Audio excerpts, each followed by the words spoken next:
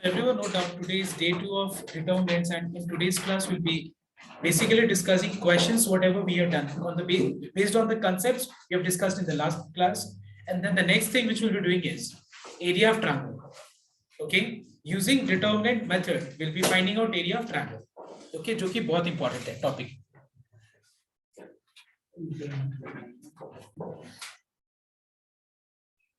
So everyone note down. Please take out the formula based on non-singular matrix of order n. You can just check your PDF file. You can just check your PDF. You'll get there. Okay.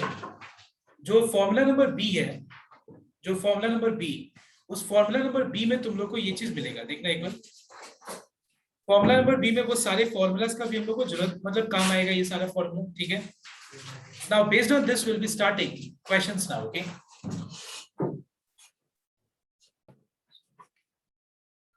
So note down.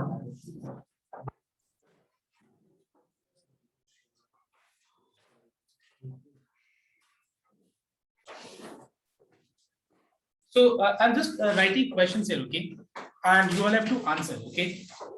It's यहाँ पे multiple choice में दिया हुआ है, but मैं सारे multiple choice मतलब सारा 4 options नहीं लिखूंगा मैं, ठीक है. जहाँ लगेगा जरूरत वहाँ मैं लिखूंगा, और but यहाँ पे मैं चारों options में नहीं लिखूंगा, okay.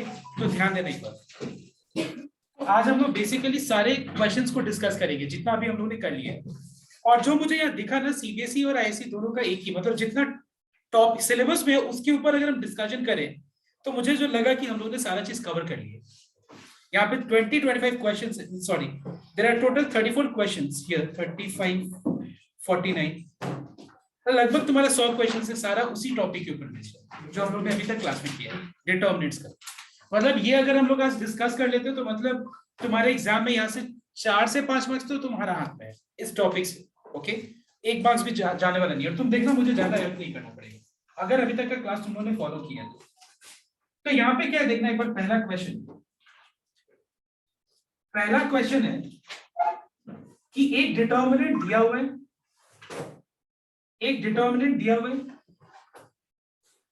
तो मम्मी क्या कर रही है इसका. Now see the question is cos 15 sin 75 degree and cos 75 degree. और मान लो इसका हम लोग को 4 ऑप्शंस दिया हुआ है, इसका हम लोग को वैल्यू निकालना है. ठीक है, इसका 4 ऑप्शंस दिया है, इसका हम लोग को वैल्यू निकालना है. तो सबसे पहला चीज ये क्या है बताओ तो एक बार. डिटरमिनेंट है. बोर्ड पे फोकस करना आप सबको. ये क्या है बताओ तो एक बार. डिटरमिनेंट. इसका वैल्यू निकालने के लिए ये मत करना कि इसका वैल्यूज क्या है उस पर मत दिमाग लगाना. हम लोग सबसे पहले इसको एक्सपैंड कर लेते हैं. तो ये हो जाएगा cos 15 degree into cos 75 degree minus sin 15 degree into sin 75 degree. अब बताओ तो ये किस फॉर्म में है बताओ तो. ये एक्सप्रेशन किस फॉर्म में है बताओ तो. सब cos a plus b, cos a into cos b minus sin a into sin b. तो याद रखना एग्जाम में तुम्हारा तुमको कोई बहुत ज्यादा चीज टेस्ट नहीं करने वाला है इस बार. तुम्हारे एग्जाम में इस बार बहुत ही बेसिक कांसेप्ट को टेस्ट करने वाला है. इस बात को याद रखना. एग्जाम में बहुत ज्यादा टफ क्वेश्चन नहीं आने वाला है. इस तरह का क्वेश्चन आएगा जहां पे तुम्हारा एकदम बेसिक लेवल का चीज टेस्ट होगा कि तुमको थोड़ा बहुत लेवल में आता है या नहीं, और फिर 12 में क्या वो तुम अप्लाई कर सकते हैं. जैसे इस तरह का question. Now what is cos a into cos b minus sin a into sin b? It is clearly cos of a plus b, which is cos 90 degree. And what is the value of cos 90 degree? 0. All right everyone. अब देखो यहाँ पे 4 option था तो समझ में आ गया क्या करना है. नेक्स्ट. अब देखो यहाँ पे नेक्स्ट क्वेश्चन है नंबर 2. लेकिन क्वेश्चन नंबर 2 रीड करने से पहले जो फॉर्मूला मैंने दिया है पीडीएफ में उस चीज को पहले एक बार रेफर करो. पहले उस चीज को रेफर करो सब कोई. मैं जो बोल रहा हूं उस हिसाब से चलोगे सब कोई. क्या बोला मैंने. पहले तुम लोग वो फॉर्मूला को रेफर करोगे जो मैंने डिटरमिनेंट चैप्टर में नंबर बी में दिया है. ठीक है, जो मैंने डिटरमिनेंट चैप्टर में नंबर बी में दिया है. तो बताओ तो कोई ऐसा फॉर्मूला है ए बी का whole determinant equals to something, कुछ ऐसा है. Determinant a into determinant b है ना. मतलब यहाँ पे हम लोग को ए बी का होल डिटरमिनेंट वैल्यू निकालना है. मतलब ए और बी का प्रोडक्ट का डिटरमिनेंट वैल्यू निकालना है. तो वो किसके बराबर है देखो तो. ए का डिटरमिनेंट इंटू बी का डिटरमिनेंट के बराबर है. अब क्वेश्चन ये है कि यहाँ पे इस चीज को यूज करने का फायदा क्या है. देखो एक बार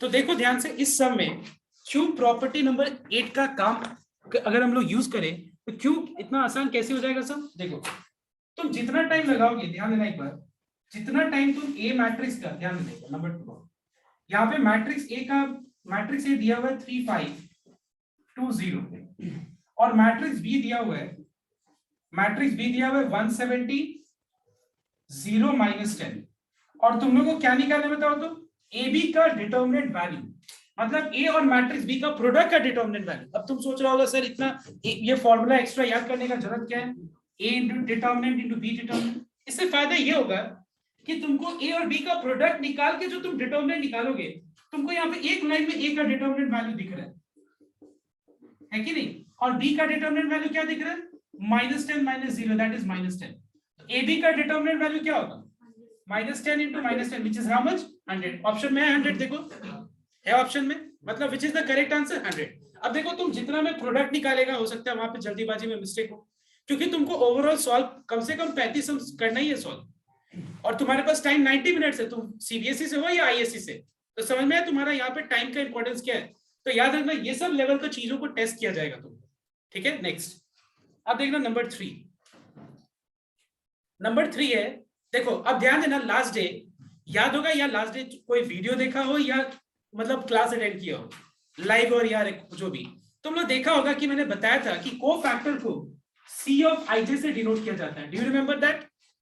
लेकिन इस समय देखना एक बार, को फैक्टर को क्या चीज से डिनोट किया जा रहा है, तो याद रखना ये मत सोचना कि अगर कैपिटल ए ऑफ ij, देखो क्या लिखा हुआ है, if capital A I J denotes cofactor of the element at A I J, मतलब इस सम में नंबर 3 में इस मैट्रिक्स के एलिमेंट्स को के कोफैक्टर को क्या चीज से डिनोट किया जा रहा है, कैपिटल ए आई जे से, ठीक है। अब ध्यान देना क्या लिखा हुआ है, यहाँ पे लिखा हुआ ये, देन द वैल्यू ऑफ, देखो कितना याद है, लास्ट टाइम मैंने बताया था कि इस तरह का सम आ सकता है, देखो है, देखो ध्यान देना, यहाँ पे हम लोग को एक मैट्रिक्स दिया हुआ है विच इज एक डिटर्मिनेंट दिया हुआ है,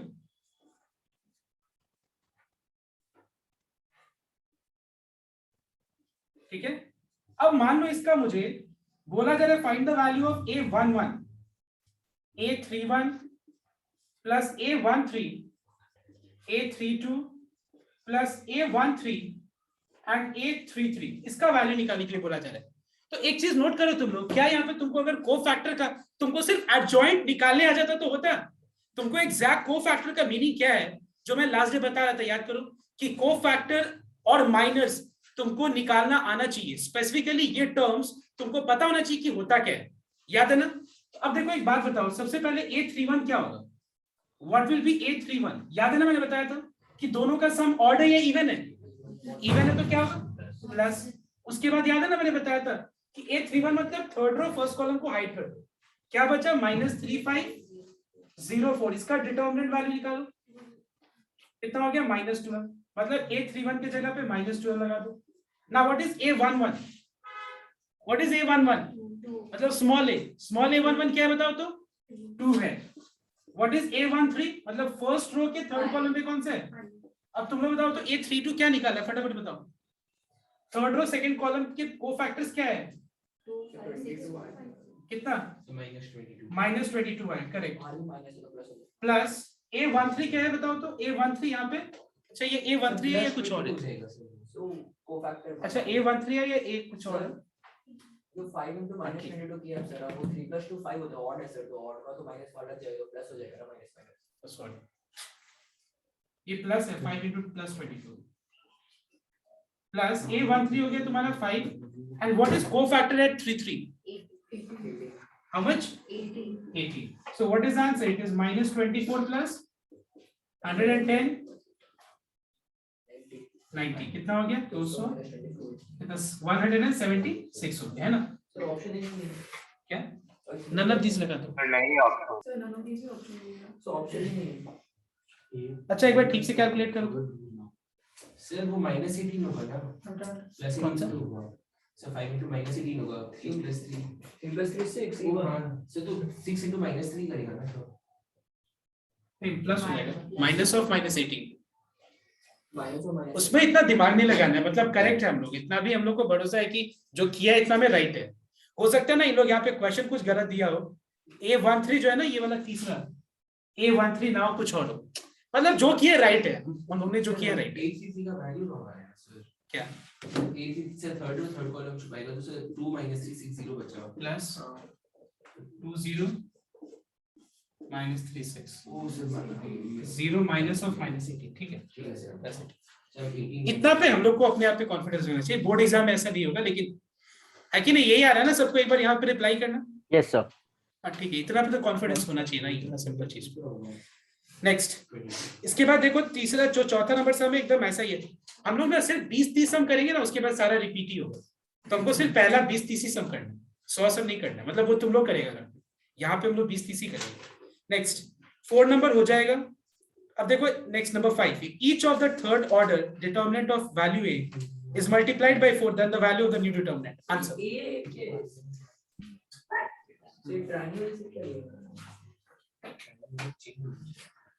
वो जो ट्रायंगल वाला सिंबल दिया है ना, उसका मतलब डिटर्मिनेंट वैल्यू ऑफ दैट, उसका मतलब होता है डिटर्मिनेंट वैल्यू। ठीक है, देखो ऐसे भी लिखा जा सकता है, ऐसे डिट दैट ए मतलब डिटर्मिनेंट वैल्यू ऑफ ए, ऐसे भी लिखा जा सकता है, ऐसे भी लिखा जा सकता है, एक ही बात। ठीक है,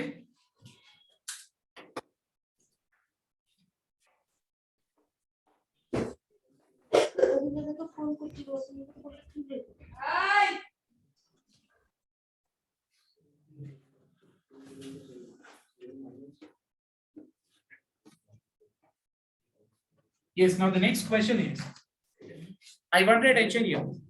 Question number 5 देखना एक बार। एक सपोज देखो ध्यान से, if each of third order determinant of value delta, मतलब ये ट्रायंगल जो है ये उसका डिटर्मिनेंट वैल्यू को डिनोट कर रहा है, is multiplied by 4। ठीक है, if each of third order determinant, मतलब if each of third order determinant, then the value of the new determinant will be how much? So each of third order मतलब 3 into 3। हाँ, नहीं 4 into 4। मतलब मान लो suppose एक determinant है third order का, ठीक है, ये थर्ड ऑर्डर मैट्रिक्स नहीं बोला है, ये इंपॉर्टेंट है समझना, क्या बोला है? थर्ड ऑर्डर डिटर्मिनेंट बोला है। If each of third order determinant of value delta is multiplied by 4 then the value of the new determinant will be how much. मतलब कोई भी एक थर्ड ऑर्डर डिटर्मिनेंट में अगर मान लो हम लोग 4 मल्टीप्लाई करेंगे तो नया डिटर्मिनेंट का वैल्यू क्या होगा? तो मेरे हिसाब से रो या कॉलम सिर्फ ईच ऑफ का मतलब क्या हुआ सर इसमें? ईच एलिमेंट, यहाँ पे वो कुछ मिसिंग है। देखो एक्चुअली क्या है कि इस बार फर्स्ट टाइम है, सिर्फ ईच एलिमेंट होगा क्या? ईच एलिमेंट ऑफ द, या जस्ट मैं बता रहा हूँ ये चीज। एक्चुअली क्या है कि ये बुक जो है ना, ये फर्स्ट टाइम लॉन्च किया है ना, कहीं ना कहीं तुम लोग को लेके कोई बुक सॉल्व करना ही पड़ेगा। लेकिन यहाँ पे करेक्शन है, if each element of a third order determinant, मतलब हर एक एलिमेंट थर्ड ऑर्डर डिटर्मिनेंट को क्या चीज से मल्टीप्लाई करें हम लोग? 4 से मल्टीप्लाई करें। तो मान लो ये जो नया डिटर्मिनेंट फॉर्म होगा वो क्या होगा? 4a 4b 4c 4d 4e 4f 4g 4i 4h 4i, इसका डिटर्मिनेंट वैल्यू क्या होगा? तो क्लियरली यहाँ पे हमको कितना बार 4 कॉमन लेना होगा, याद है? 64 delta 4 to the power 3 common लेना होगा, इनटू जो बच रहे हैं वो क्या है बताओ? तो ये it is 4 cube into delta.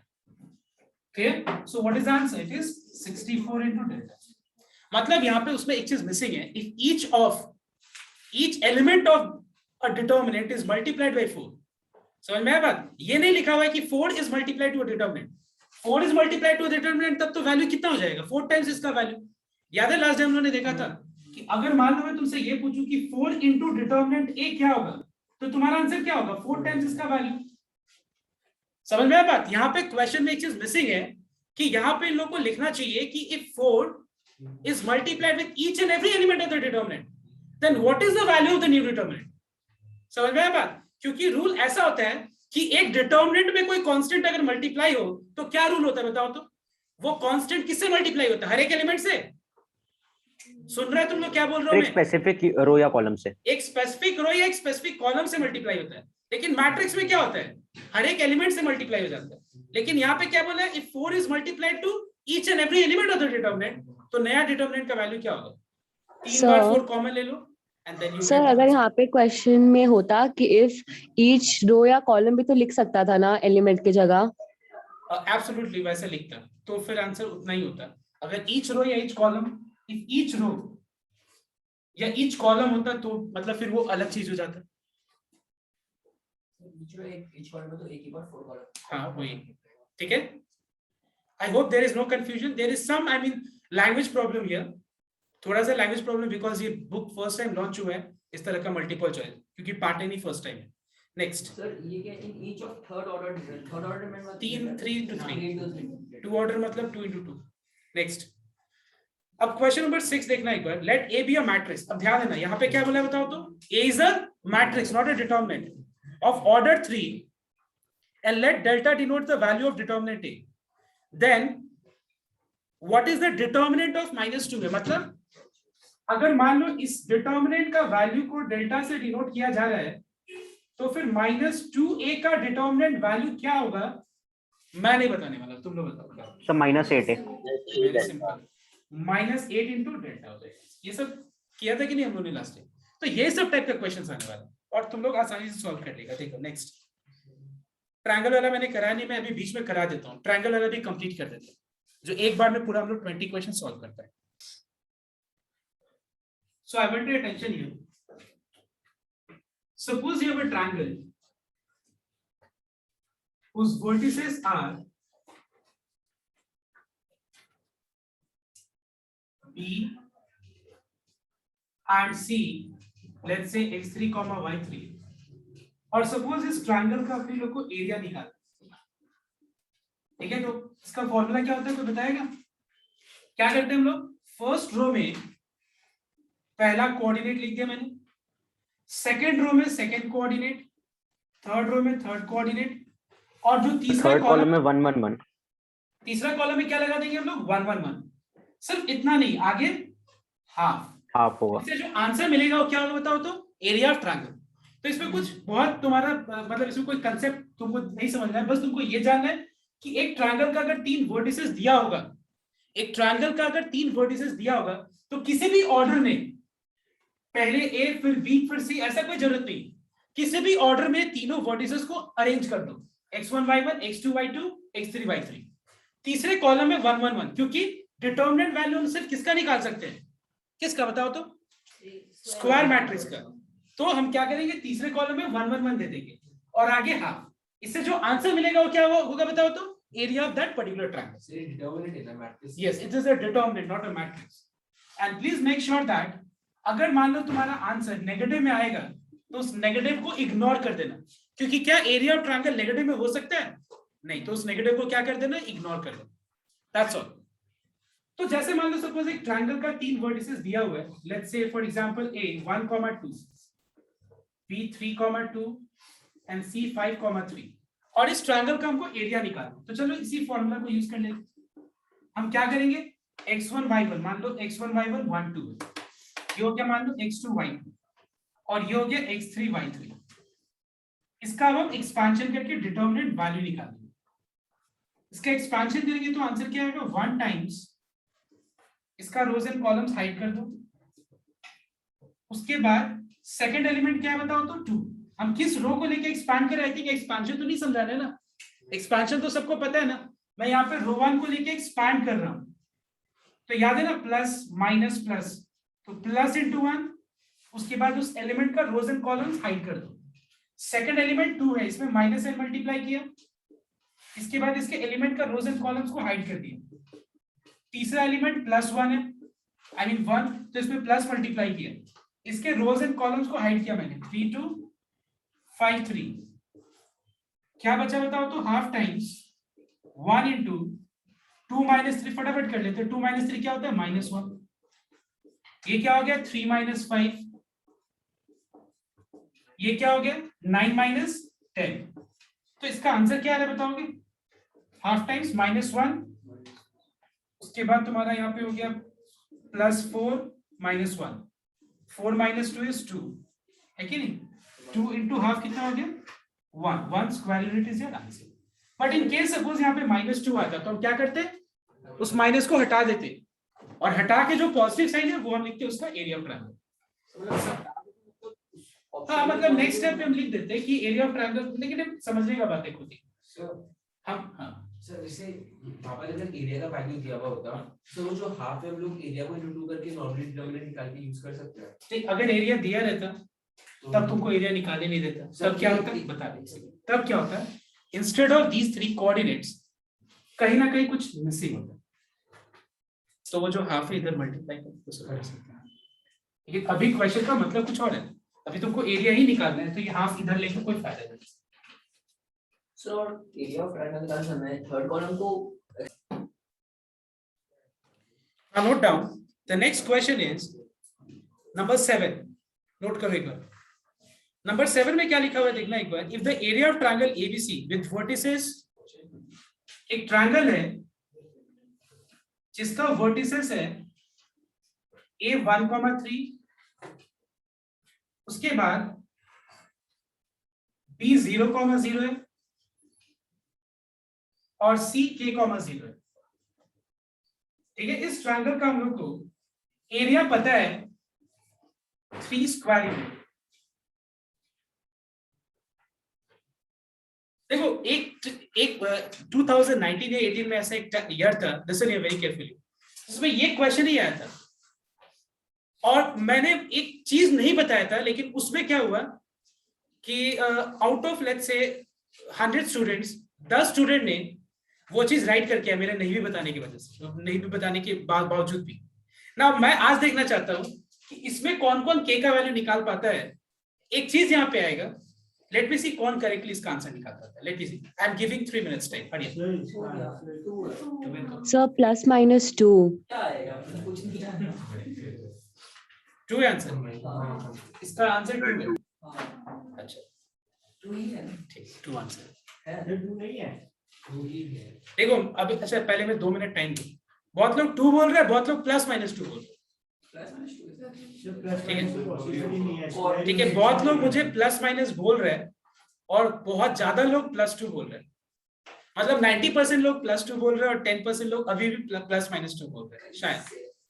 तो वो शायद स्क्वायर यूनिट सर, कोई स्क्वायर यूनिट तो अगर कोई और अगर उसको -2 और दूसरा अगर खुद रहेगा तो ऐसा रोज एक्सपेंड करना पड़ेगा। What is the answer finally tell me. ये लोग जो लोग ऑनलाइन कर रहे हैं उन लोग का आंसर क्या है बताओ। Two only 2 plus 2। लेकिन -2 तो ऐसे भी पॉसिबल नहीं है। -2 आ रहा है। वही तो अच्छा -2 आ रहा है, okay fine. Plus minus 2। Sir plus minus 2। Plus -2। अच्छा ठीक है, मतलब अब सुनना एक बार। अच्छा एक बात बताओ मुझे, एक क्वेश्चन तुम लोग से बस पूछूंगा, ध्यान देना। ये जो एरिया 3 स्क्वायर यूनिट आया है, जो 3 स्क्वायर यूनिट जो एरिया दिया हुआ है, अगर ये +3 एरिया आया होता तब तो बहुत बढ़िया, और अगर ये -3 स्क्वायर यूनिट आया होता जिसने कैलकुलेट किया है, तो उसको क्या लेता उसने, वो क्या लेता, फिर भी +3 लेता। मतलब इसका आंसर हम लोग प्लस में भी एक्सपेक्ट करेंगे, कर सकते हैं। मतलब ये जो 3 जो वैल्यू है ये प्लस में भी हम एक्सपेक्ट कर सकते हैं और माइनस में भी एक्सपेक्ट कर सकते हैं कि नहीं। लेकिन आफ्टर ऑल मुझे आंसर को क्या लेना है बताओ तो, 3 स्क्वायर यूनिट लेना है। मतलब एक बात तुम लोग अज्यूम करते हो कि जो इसका आंसर है, ध्यान देना एक बार, हम लोग को पता है कि इस एरिया ऑफ ट्रायंगल, इसका एरिया ऑफ ट्रायंगल, अगर हम इस फॉर्मूला से एरिया ऑफ ट्रायंगल निकालें तो जो इसका आंसर है, इसका एरिया कितना है बताओ तो, 3 है, 3 स्क्वायर यूनिट है। बट क्या मैं ऐसे नहीं इंटरप्रेट कर सकता हूं कि I need that value of के, I need that value of k for which the result of this area is either +3 or -3. So that if the result is +3, okay fine, it is very, I mean understood that if it is +3 तो समझ लें कि plus तो लेना ही होता है आपको area. लेकिन अगर मान लो हमको k का ऐसा वैल्यू मिल जाए हो जिसको यहाँ पुट करने से आंसर -3 है, तो क्या माइनस इग्नोर करके हम प्लस नहीं लेंगे। ये चीज तो बार बार बता रहे थे इससे पहले कि अगर मान लो area of triangle determinant method से हम निकाल रहे हैं और उसका आंसर अगर पॉजिटिव आ जाए तो बहुत बढ़िया है, लेकिन नेगेटिव आए तो क्या लेंगे हम लोग, क्या लिखेंगे उसके लिए, बस ये लिखेंगे कि area cannot be negative, hence you are ignoring the negative sign.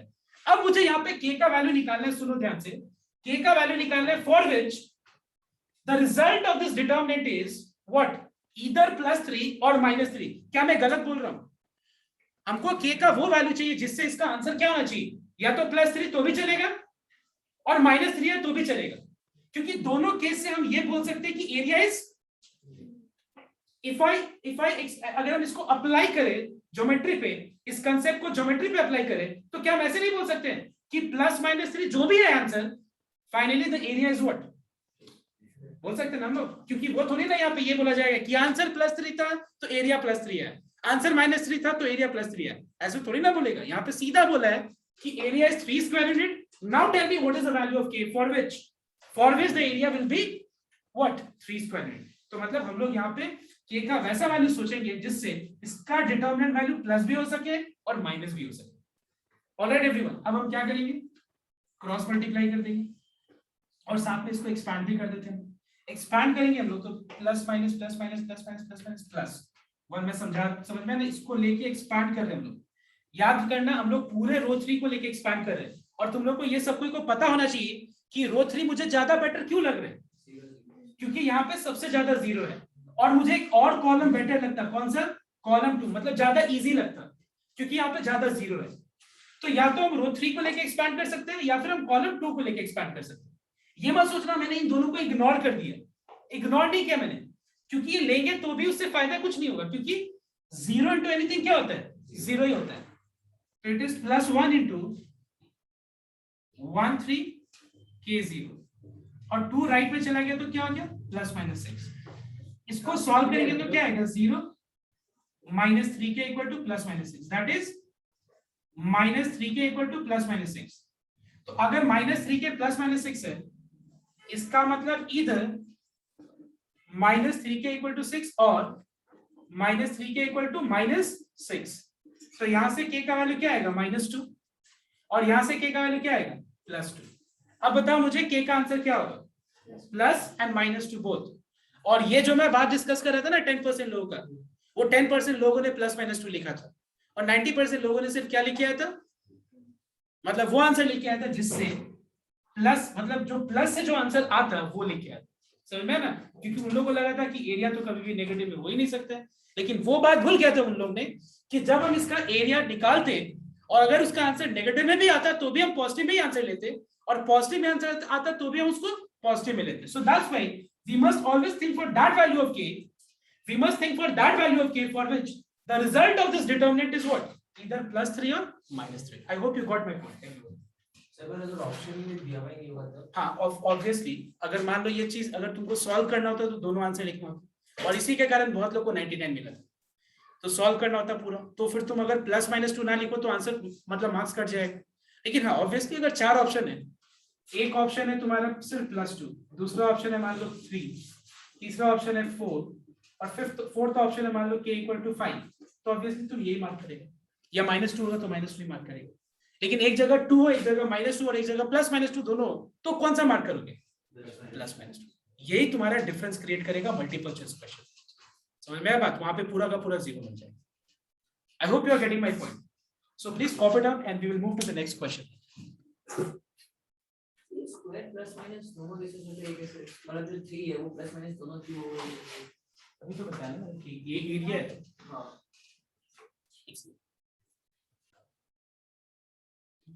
Number 9 वैसे ये हो जाएगा। Question number 16 is find adjoint of A।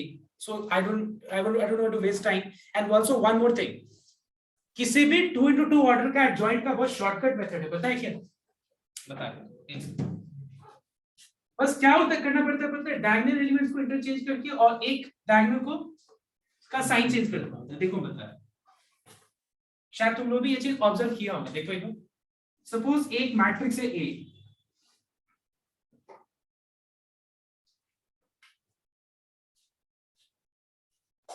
ठीक है, ये सपोज एक मैट्रिक्स है, इसका हम लोग को एडजॉइंट निकालना है। तो एडजॉइंट निकालने के लिए याद होगा मैंने बताया था कोफैक्टर्स निकालना होता है पहले, और उसका तरीका क्या होता है, 2x2 ऑर्डर के क्या करेंगे देखना एक बार, कोफैक्टर्स पहले निकालेंगे। लेकिन 3x3 ऑर्डर में मैंने क्या बताया था, मैंने बताया था कि ऐसे प्लस माइनस लिख लेना, उसके बाद ढक के उसका वैल्यू निकालते हैं। इसमें क्या करना है, ये कौन से जगह का एलिमेंट है बताओ तो, A11 1 + 1 2 पॉजिटिव, ये कौन सा है A12 समझ में आया क्या बोल रहा हूँ? कोफैक्टर एट तो 1 + 2 3 ऑड है, नेगेटिव। ये कौन सा जगह पे है? Not negative. ये कौन सा जगह पे है? पॉजिटिव। अब क्या करना है? ट्रांसपोज ऊपर लगा देना। अब करना क्या है? इसका कोफैक्टर निकालना है, इसका रोज एंड कॉलम्स को डाल -7। इसका निकालना है, इसका निकालना है, इसका निकालना है। क्या है बताओ तो? -7 -4 2 3। इसके बाद क्या करना होता है? इसका ट्रांसपोज भी करना होता है। इसका अपने लोग अगर ट्रांसपोज करें तो क्या मिलेगा? अब देखो तुम इसको इसे कंपेयर कर दो, देखो तो क्या है। देखो तो एक जगह क्या हुआ? इंटरचेंज हो गया और एक जगह साइन चेंज हो गया। ये वाला जो डायगोनल है इसको इंटरचेंज कर दो। समझ में ना? 2 × 2 ऑर्डर के लिए देख के तुम बता सकते हो। जैसे मान लो सपोज एक मैट्रिक्स है ABCD, इसका तुमसे पूछा जाए कि इसका एडजॉइंट क्या है, तो क्या करोगे? फटाफट बताओ। इसको इंटरचेंज और इसका चेंज मतलब +B - B +C - C। समझ में आया या नहीं? बताओ। यस दिख रहा है सर। तो? दिख रहा है तो? क्लियर है एवरीवन? अब आगे बढ़ते हैं हम लोग। Next question number 9। उसके बाद देखो मैंने 16 में मैं जंप करके, एक्चुअली राइट साइड में 10 नंबर है, ठीक है। ये सब 10 वाला ये सब छोड़ दो, अभी हम इसका प्रॉपर्टीज बताएंगे तब ये सब डिस्कस करेंगे। प्रॉपर्टी पे सब है, 10 छोड़ दो। 11 हो जाएगा माइनर ऑफ एलिमेंट, ये सब बेकार है, माइनर्स सर निकाल। 9 का आंसर 0 होगा ना? 9 का आंसर, हाँ उसमें भी प्रॉपर्टीज आएगा तो इसलिए थोड़ा अभी इग्नोर कर देना। 9 में भी प्रॉपर्टीज का काम आएगा, छोड़ दो। इसके बाद 11 हो जाएगा क्योंकि प्रॉपर्टीज अभी मैंने डिस्कस नहीं किया कि इंटरचेंज करने से ऐसा होगा, वो हम डिस्कस करेंगे। सर डिटरमिनेंट का प्रॉपर्टीज तो हट गया ना सर सिलेबस से? सीबीएसई से हटी है, लेकिन फिर भी थोड़ा छोटा छोटा हम लोग कर लेंगे क्योंकि ये जो सैंपल में पढ़ाई है सीबीएसई का ही है। मतलब छोटा छोटा, मतलब जहाँ पे एकदम लिमिटेड एप्लीकेशन, बहुत बड़ा बड़ा क्वेश्चन नहीं करने वाले। समझ में आया तो बात? Okay sir. अब देखो एक बार क्वेश्चन नंबर 11 हो जाएगा माइनर्स, 12 कोफैक्टर्स, 13 माइनर्स, ये सब हो जाएगा। आंसर बता दो ना। Cofactor at of the element at 3 2।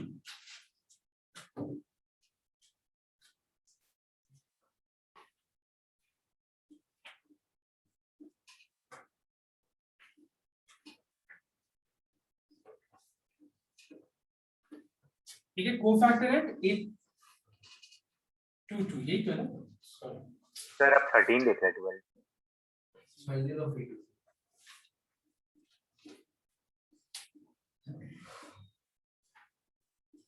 हाँ तो इसका कौन सा क्या निकालना? कोफैक्टर एट A32 32 मतलब कोफैक्टर 32 निकालना। 3 + 2 5 ऑड नेगेटिव 32 मतलब ये ढक गया। 2 - 4 3 5 10 minus of -12 that is 22। clear everyone? Sir है ही नहीं 12। 2 5 जा 10 minus 3 into -4 is -12 minus minus plus हो गया ना। 12 + 10 कितना हो गया? 22। सर वो 3 + 2 5 होके नेगेटिव होगा ना प्लस की जगह।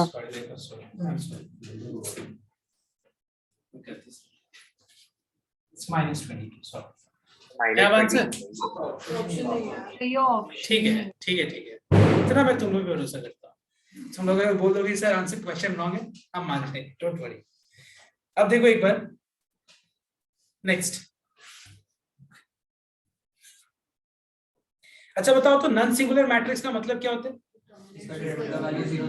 जिसका, ठीक है, तो यहाँ पे B is a non singular matrix. समझ रहे हैं कौन सा मैं रीड कर रहा हूँ? नंबर 14। एक काम करो ना, 14 में भी ना एक बार कुछ कुछ प्रॉपर्टीज है मुझे समझाना, एक बार 14 रहने दो, हमको याद रहेगा। मैं जो छोड़ रहा हूँ अभी अभी मैं वही चीज कर रहा हूँ जिसके ऊपर पेज मैंने कर लिया। 15 हो जाएगा, 16 हो जाएगा, 17 फटाफट करके दिखाओ। 17 का आंसर बताओ क्या होगा? 17 yes. Everyone solve question number 17 tell me what is the answer. एक और क्लास कराएंगे फिर एक और राउंड ये एमसीक्यू सॉल्व करेंगे, तो क्या होगा? पूरा कवर हो जाएगा।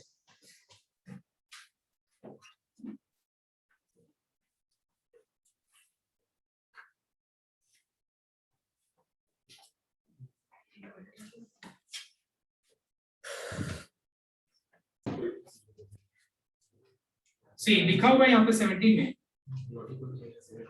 कि ये एक मैट्रिक्स है, ये इन्वर्टिबल है। इन्वर्टिबल है तो इसका डिटरमिनेंट वैल्यू क्या होगा? ठीक है, इसका determinant value not equal to 0। बस इसका एक्सपेंशन करके डिटरमिनेंट वैल्यू निकालना है। तो हम लोग को इसको फर्स्ट रो में या फर्स्ट कॉलम में एक्सपैंड करना पड़ेगा। किसी को भी लोग किसी को भी एक्सपेंड करते हैं, तुम्हारे ऊपर डिपेंड करता है। इतने इसमें तो लैम्डा है तो 0 से में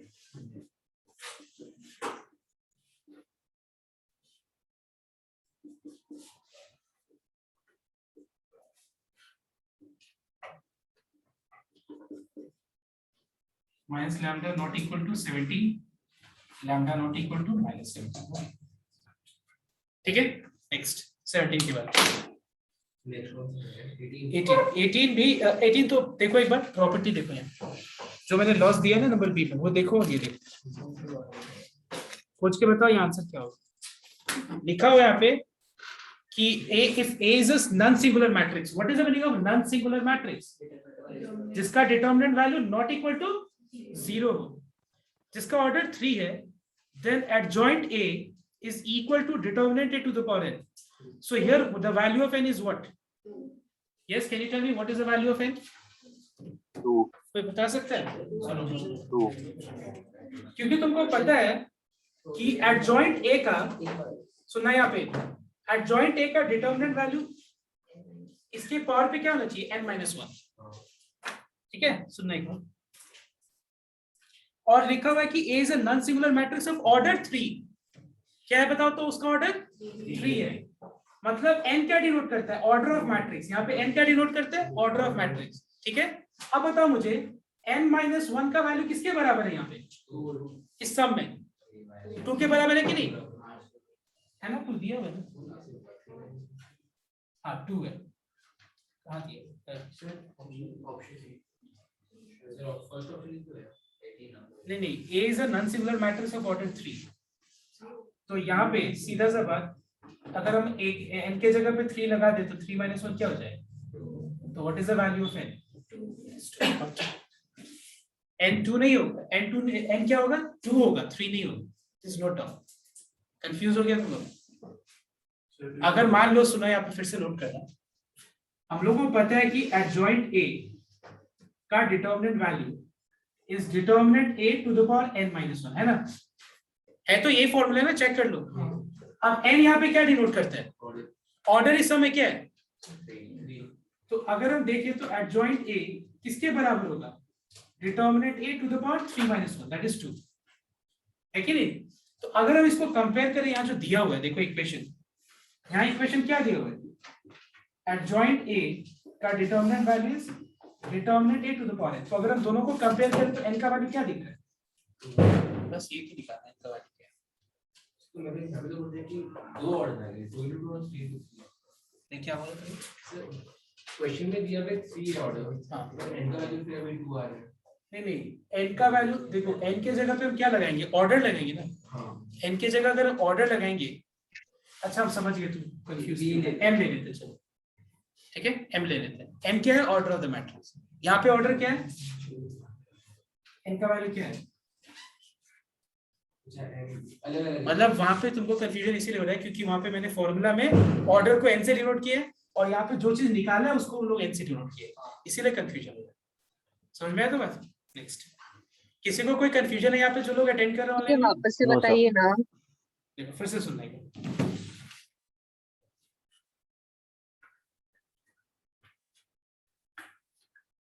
See, what is the formula? I mean, what is the relationship between adjoint A का determinant value और determinant A का value? It is adjoint A का determinant value is equal to determinant A to the power what? n-1 है तो ये n। अच्छा बताओ तो इस फॉर्मूला में, पहले फॉर्मूला को फोकस करो। फॉर्मूला में n का मतलब क्या है यहाँ पे बता सकते हो? देखो वहां लिखा भी है, let A and B be a non-singular matrix of order n क्या है? ऑर्डर। अब इस समय जो इन लोग क्वेश्चन जो दिया है ना, इस समय n इस पे ऑर्डर क्या है? A is a non-singular matrix है, उस मैट्रिक्स का ऑर्डर क्या है बताओ? ये पहले 3 है ना ऑर्डर, तो मतलब n की जगह हम क्या लगाएंगे? 3 लगा के सॉल्व कर देंगे तो 3 - 1 क्या हो गया 2। अब तुम इसको भूल जाओ, यहाँ पे क्वेश्चन में लिखा हुआ है कि व्हाट इज एडजॉइंट ए का determinant value is equal to determinant to the power n। So if you compare both these equations, what is the value of n? What is the value of n if you compare? समझ में आया या नहीं है अभी? Yes, please tell me. Yes, sir. Next 18 हो, वैसे 18 अभी क्या हम लोगों ने 19 अभी नहीं हुआ, छोड़ दो, 20 हो जाएगा, 21 ये सब हम इग्नोर करें क्योंकि एकदम बहुत सिंपल है। देखो यहाँ पे A be a square matrix of order 3 × 3, then what is k into a का determinant value, k to the power 3 into determinant है। ये सब काफी इजी है, अब हो जाएगा। तो मैंने कहा ना कि हम लोग कुछ टाइम बाद जो है ना ये सारा सब रिपीट कर जाएगा, ठीक है, सारे क्वेश्चंस रिपीट कर जाएंगे, तो ये सब हम छोड़ रहे हैं, ठीक है, all the questions are same. अब हम लोग को करना क्या क्या सुनना है, डिटरमिनेंट में क्या बचा हुआ, डिटरमिनेंट में बचा हुआ है वो जो क्या बोलते हैं एक्स वाई जेड का वैल्यू निकालते हैं ना, जो मार्टिन्स रूल से, और जो एक है तुम्हारे सिलेबस में सीबीएसई वाले में, वो एक मेथड वो डिटरमिनेंट वाला मेथड। मतलब हम लोग को एक्स वाई जेड का वैल्यू निकालना है by determinant method and by matrix method. उस पे बेसिकली तुम्हारा एक्स वाई जेड का वैल्यू निकालने नहीं है, इस तरह से क्वेश्चन लिखा जा सकता है, that the matrix is, sorry, the system of equation is inconsistent, what is the value of x, what is the value of k, इस तरह का क्वेश्चन आ सकता है, ठीक है, वो हम लोग को कवर करना है। और एक और चीज कवर करना है, दैट इज प्रॉपर्टीज। लेकिन हम क्या करेंगे, अभी एक्स वाई जेड वाला जो टॉपिक है वो भी कवर कर लेते हैं और प्रॉपर्टीज दूसरे क्लास में करेंगे।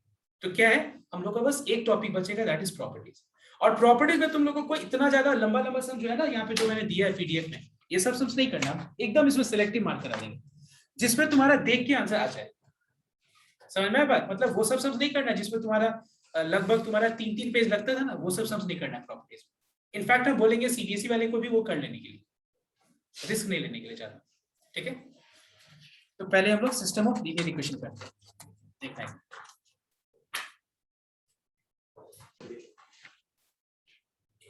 So the topic is system of linear equation, और इसका नाम क्या है, मार्टिन्स रूल,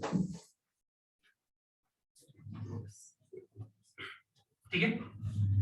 नाउ इस पर्टिकुलर क्वेश्चन में कभी भी एग्जाम में एक्स वाई जेड का वैल्यू निकालना नहीं है, कभी नहीं आएगा, क्योंकि तुमको अगर मान लो ये क्वेश्चन सुनना, एक बार मैं क्या बोल रहा हूँ, just let me right one question first. Suppose मान लो मैं तुमको ये क्वेश्चन दूं,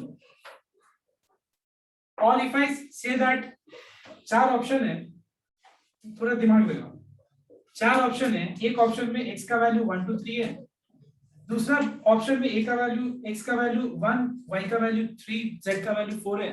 तो एक बात बताओ, तुमको सॉल्व करना पड़ेगा, एक बात बताओ, तो सॉल्व करके x y z का वैल्यू निकालना पड़ेगा।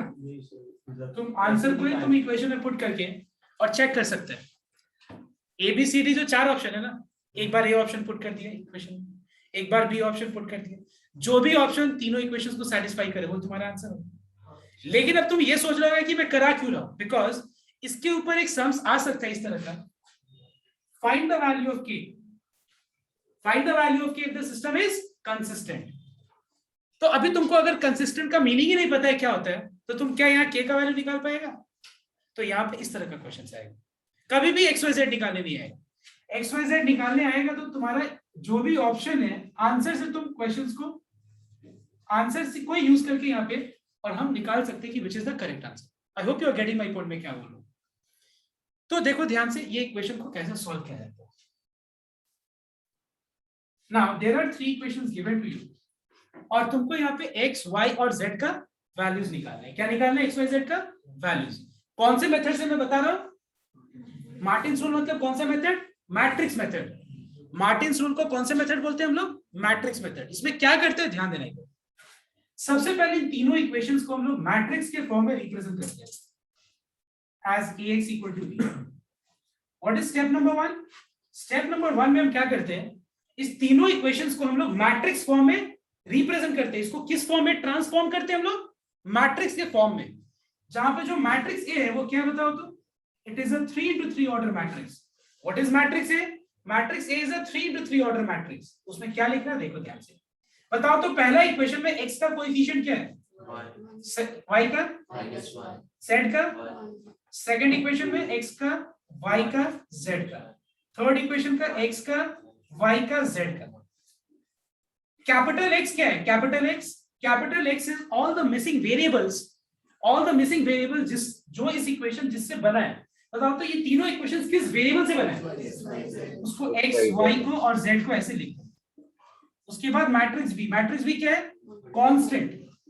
तो एक चीज यहाँ पे बहुत क्लियर हो रहा है, सुनो ध्यान से, एक चीज बहुत क्लियर हो रहा है कि मुझे एक फॉर्म में पहले अरेंज करना है। किस फॉर्म में?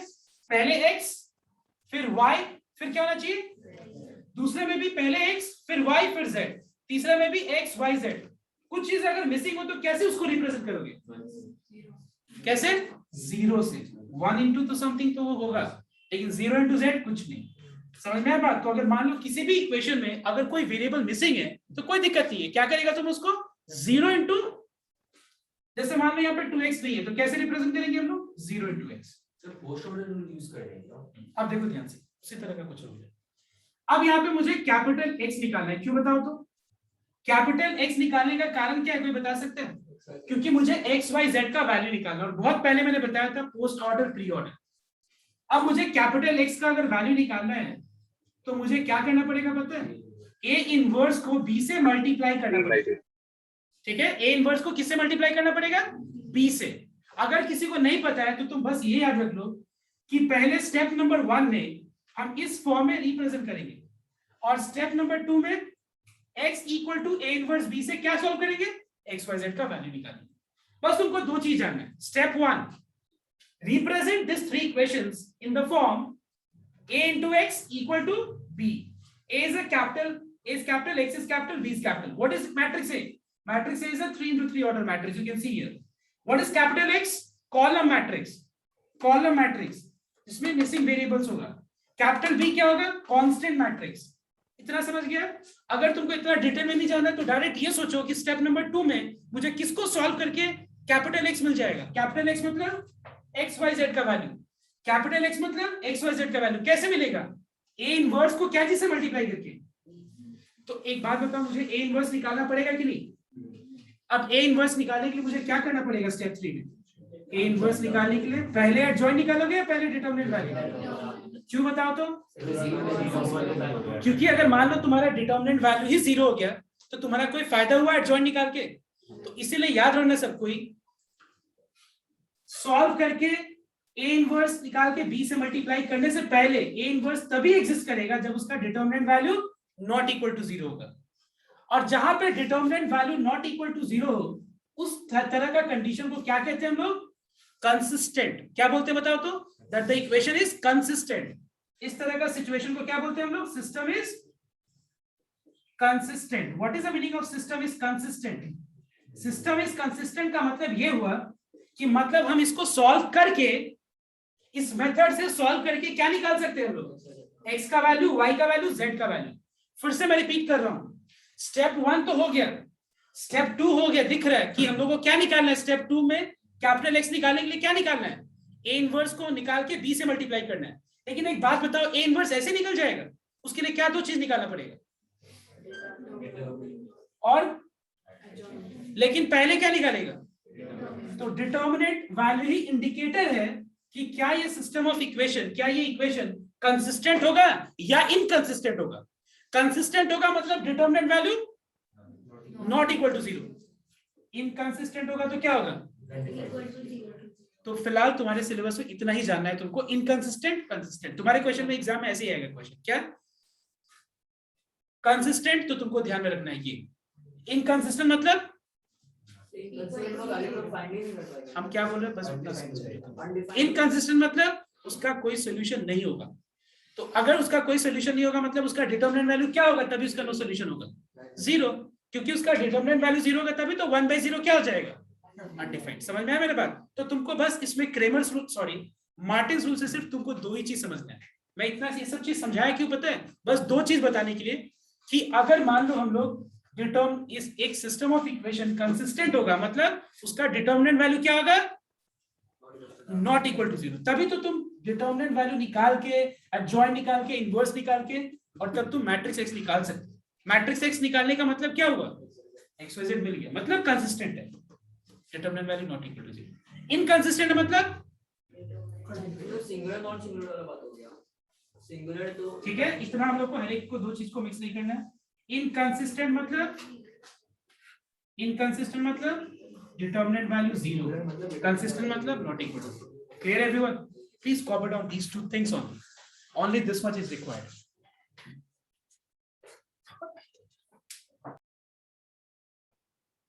सपोज इसको सॉल्व भी करके XYZ इस मेथड से अगर निकालना भी होता, वैसे तो होगा नहीं क्योंकि मल्टीपल चॉइस है, मतलब मैं बोल रहा हूँ अगर होता तो क्या तुम लोग निकाल पाता?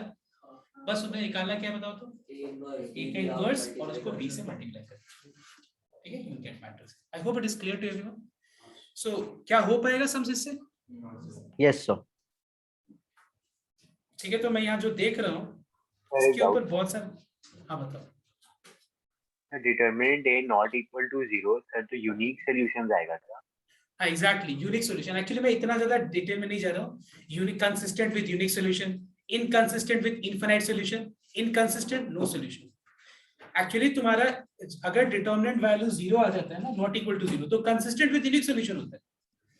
और तुम्हारा अगर इक्वल टू 0 आ जाए तो वहां पे दो सिचुएशन होता है, नो सॉल्यूशन का और इनफिनिट सॉल्यूशन का। वहां पे भी तुम्हारा कंसिस्टेंट हो सकता है लेकिन विद इनफिनिट सॉल्यूशन, बट वो सब चीज जरूरत ही नहीं है क्योंकि वो आ ही नहीं सकता उस तरह का क्वेश्चन बेस्ड। समझ में आया बात? उसको उस पे दिमाग लगाने का कोई फायदा नहीं।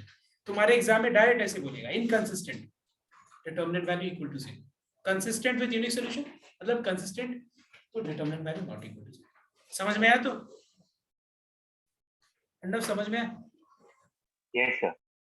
ओके, तो इसीलिए मैं इसके ऊपर ज्यादा डेप्थ में नहीं जा रहा था। यूनिक सॉल्यूशन का, उसके बाद इनफिनिट सॉल्यूशन का, नो सॉल्यूशन का, इस पे मैं बात नहीं कर रहा था। ओके, क्या बात है बाय डिफॉल्ट। अब सुनना एक बार। और दूसरा चीज है, हम लोग प्रॉपर्टीज, एक और क्लास हम लेंगे प्रॉपर्टीज, जो कि कल ही होगा, कल ही कंप्लीट करेंगे प्रॉपर्टीज। कंप्लीट करने के बाद, इसलिए प्रॉपर्टीज कंप्लीट करने के बाद हम लोग क्या करेंगे, प्रॉपर्टीज के ऊपर मतलब हम 10-12 सम्स करेंगे। And then you will find कि तुम लोग खुद से एक बार ये पीडीएफ जो मल्टीपल चॉइस वाला शीट है, खुद से एक बार देखो। 1 घंटा टाइम देना, तो देखना लगभग लगेगा कि हो जाएगा। This is clear, and there are few more properties which is not here. Okay, I'll be giving you today. This much for today. Thank you.